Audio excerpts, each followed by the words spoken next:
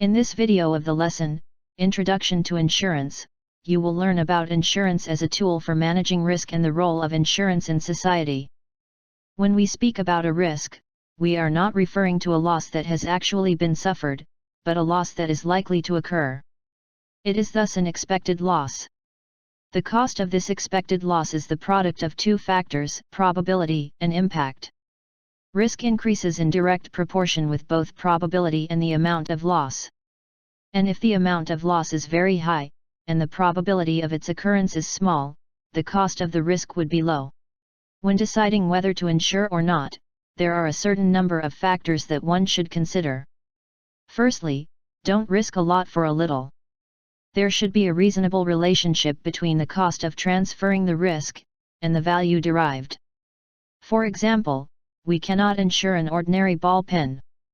Secondly, don't risk more than you can afford to lose. The loss as a result of an event is so huge, that the retention of risk does not appear realistic. For example, if an oil refinery of a company gets destroyed, the company cannot afford to bear the loss. And lastly, consider the likely outcomes of the risk carefully. It is best to insure those assets for which the probability of occurrence of a loss is low but the possible impact is high. For example, insuring a space satellite. Insurance companies play an important role in a country's economic development. They are contributing in a significant sense to ensure that the wealth of the country is protected and preserved. Some of their contributions are: their investments benefit the society at large. The funds they collect are held for the benefit of the policy holders.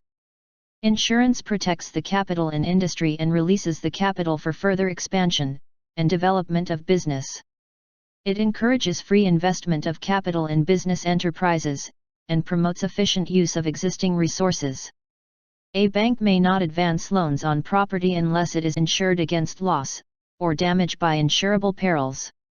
And finally, insurance operations earn foreign exchange and represent invisible exports. It is now recognized that provision of Social Security is an obligation of the state, as well as the central government. Here are some acts and schemes passed by the government in this regard. Employees State Insurance Corporation, under the Employees State Insurance Act, 1948 pays for the expenses of sickness, disablement, maternity, and death for the benefit of industrial employees and their families. Several schemes such as Rashtriya Krishi Bima Yojana, Pradhan Mantri Jeevan Jyoti Bima Yojana, Pradhan Mantri Suraksha Bima Yojana and Rashtriya Swasthya Bima Yojana have been sponsored by the government. All the rural insurance schemes, operated on a commercial basis, are designed ultimately to provide social security to the rural families.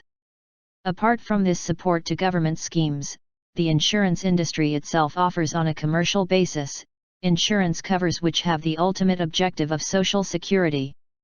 For example, Janta personal accident, Jan Arogya etc. Thank you.